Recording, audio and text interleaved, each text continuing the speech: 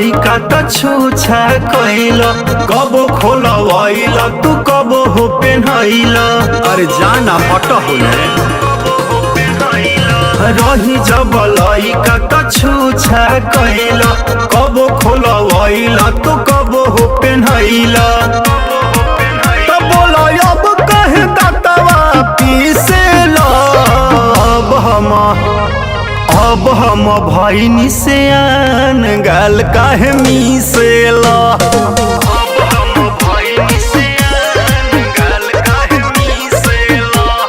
अब हम भइनी सियान गाल काहे मिसेला।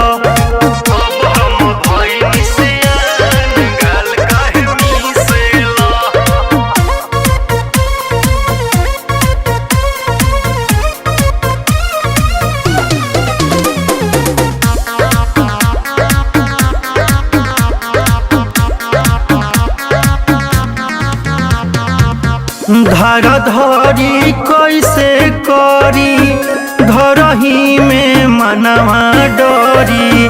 नीचे छुआवतार ऊपर गिरावतार, कैला से ई बरियारी दिलवा मोर जाई हारी। बिना ही मुडावा के काहे चढ़ावतार, छोट जगह पर बहुत नोटिस ला। अब हम भइनी सियान कहे गाल मिसेला।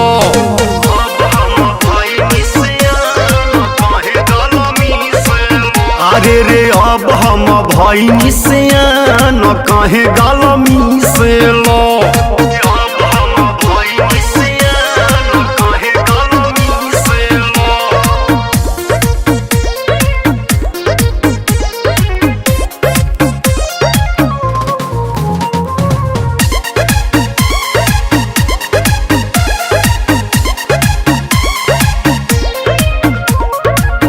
छोटन मनीष खीस हमके बरावतार, चेहरा के मेकअप कइल तू गबड़ावतार। मदन ना मन से होई करे में अखिया रोई। ऊंचा खाला होई जाई होई हाला जानी कोई। रस पिए मेरा कैसे उठ घीसेला। अब हम भइनी सियान गाल काहे मिसेला।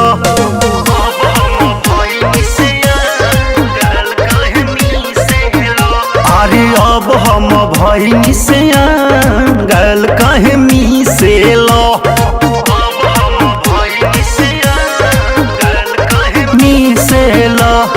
मिसेला।